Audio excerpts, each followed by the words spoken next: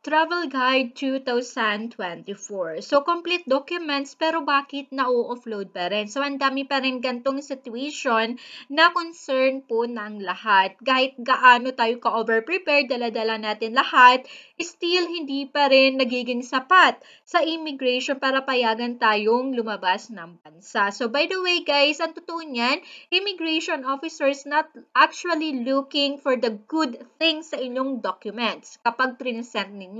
Ang hinahanap po nila is yung negative one. For example, missing information, incomplete documents or requirements, or false statement. In this vlog, I will going to share to you the 5 top reason kung bakit na-offload kahit complete documents. So, saan ba nagkamali? Ano ang kulang? Bakit? Actually, ang tanong ng karamihan na na-offload. Saan sila nagkulang? So, by the way guys, here is the top 1 reason kung bakit ino-offload kayo kahit complete documents. Number 1 reason is you maximize the ideal number of days for an ordinary vacation. So, dito guys, medyo tricky siya kasi for example, pag tinanong ka gaano katagal ang stay mo sa ibang bansa as vacation.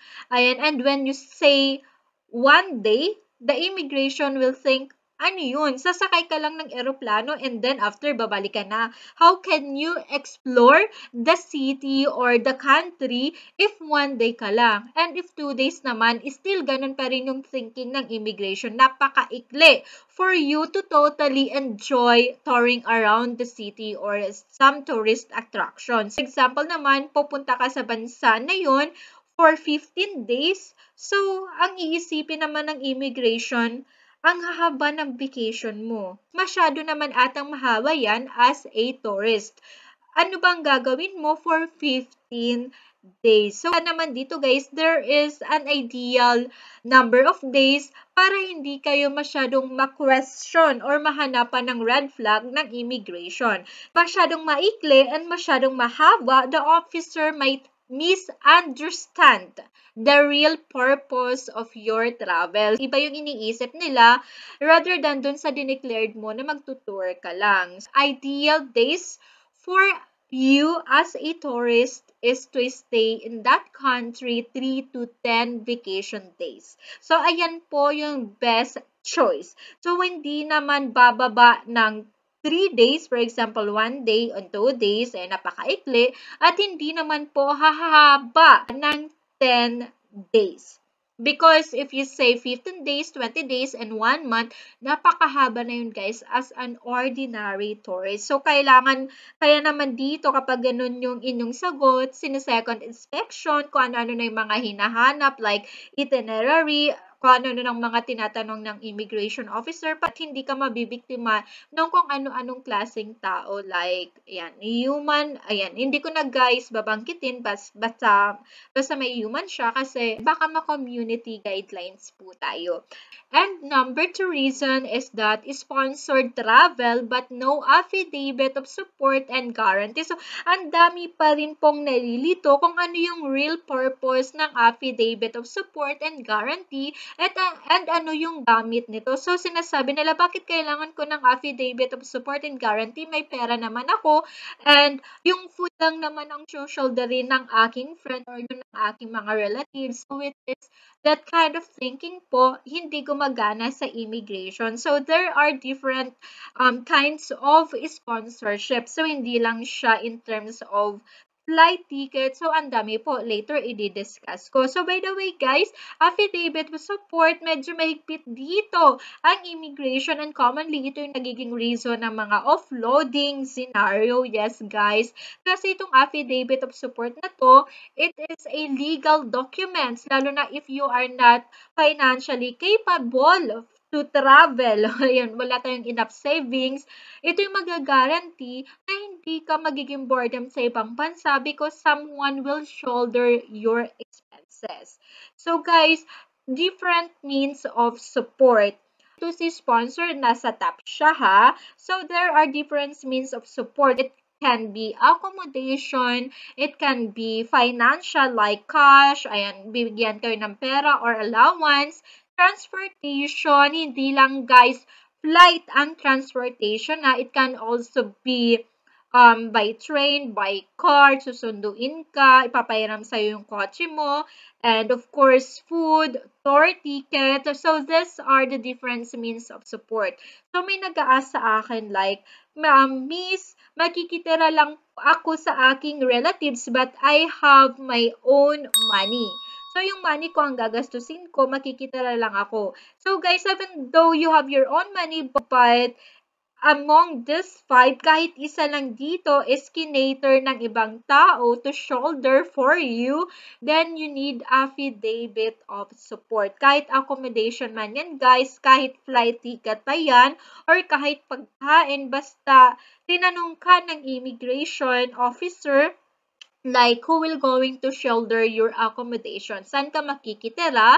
Okay, do you have your hotel booking? And kapag sinabi mo, wala, makikitira sa relatives, then automatic po yun.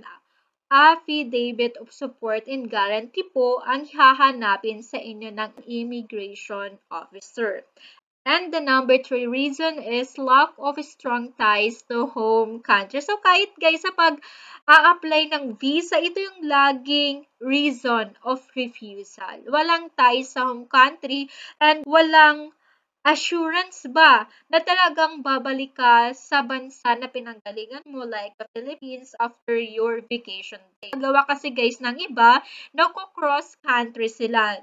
For example, they will just go in Thailand as a tourist but then hindi na sila babalik. Either maghahanap sila ng trabaho or pupunta ng Middle East, which is po not recommended and prohibited by law po siya ng ating immigration. I love my home country but I am not coming back.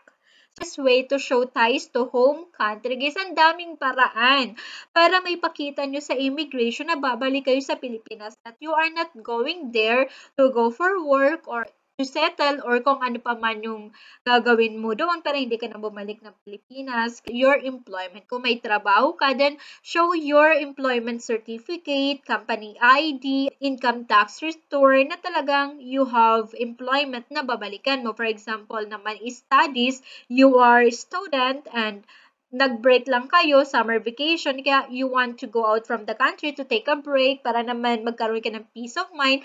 Properties naman, if you have your own house and land. So, ang dami guys, different way to prove na meron kayong properties. And family, for example, if you have children, if you are married. So, guys, kapag minor, medyo mataas pa yung chance mo. So, syempre, ang minor, kailangan ng alaga ng magulang. So, syempre, babalikan mo yun. Ganon.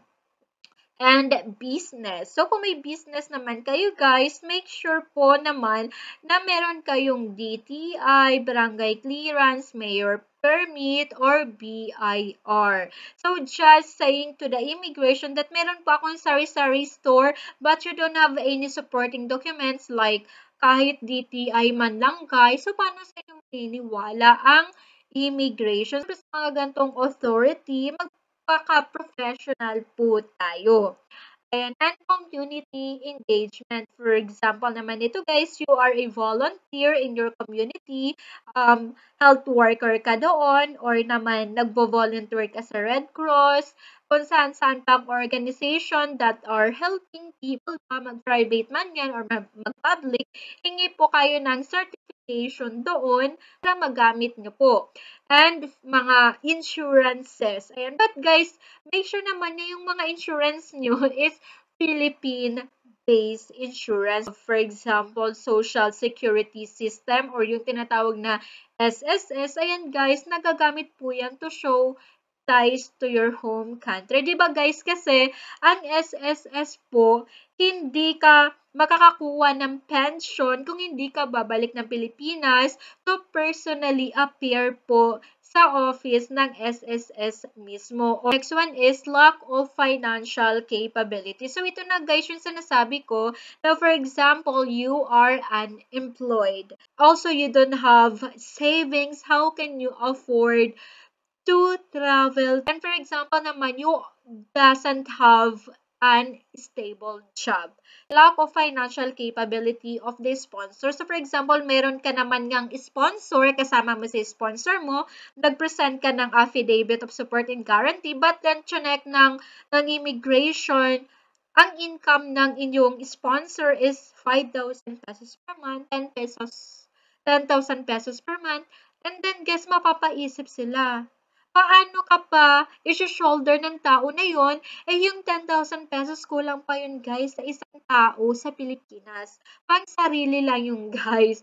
So, kaya naman kahit may affidavit of support and guarantee, yung iba na offload pa rin. Hindi talaga guys pinapayagan. So, meron ako na-encounter nito.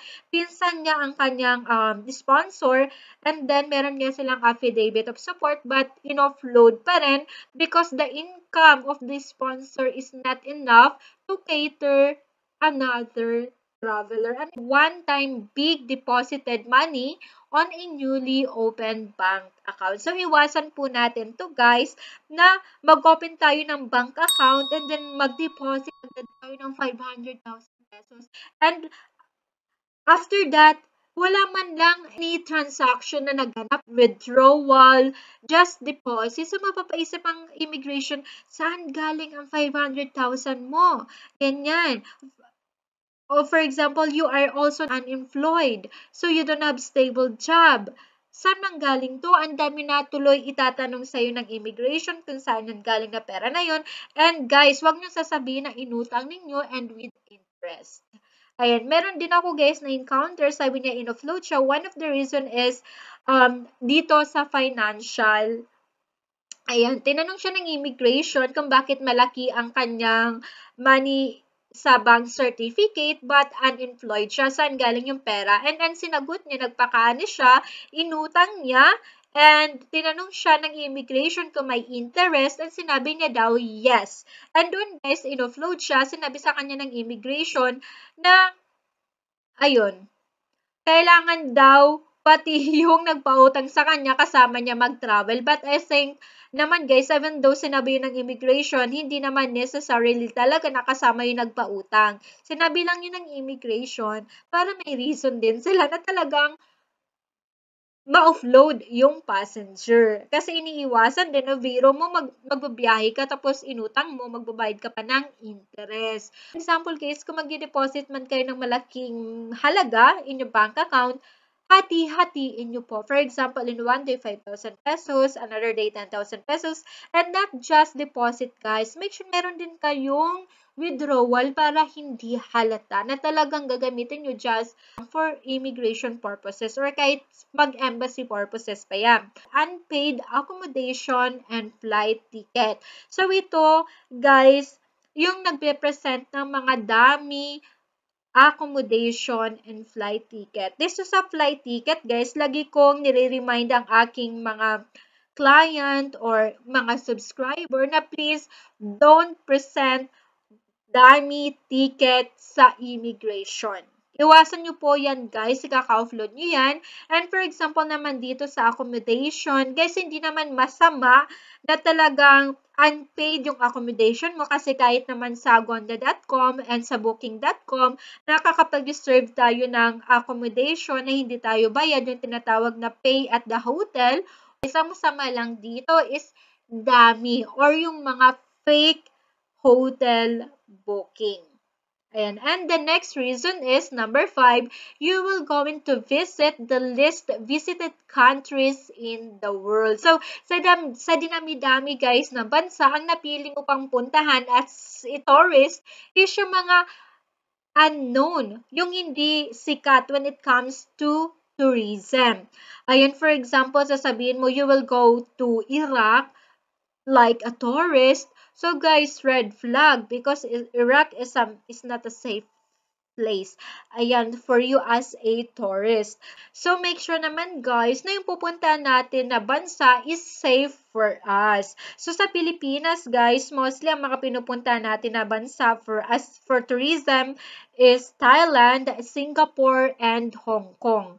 And to those who are new in my YouTube channel, hello guys! Kung hindi pa kayo nakapag-subscribe, please subscribe para ma-notify kayo if I have new videos about visa application, immigration, and everything po. So lahat natin na-covered ng aking vlog.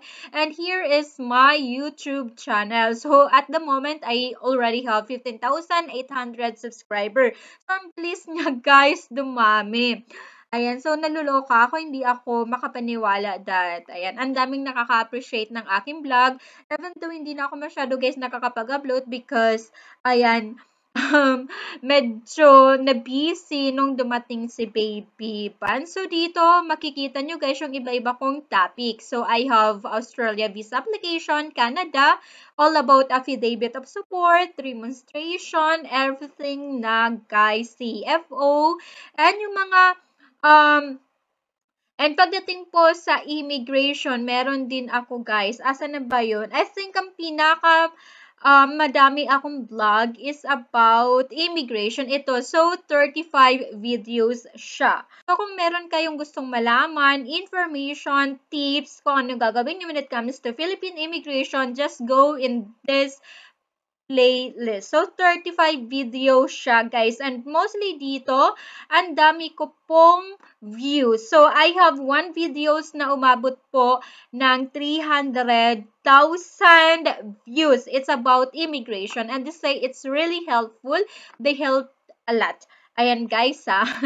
And before I ended up my videos, guys, I hope marami kayong natutunan. And if you need further visa assistance, kindly email me in this email address. And dyan po natin pag-usapan.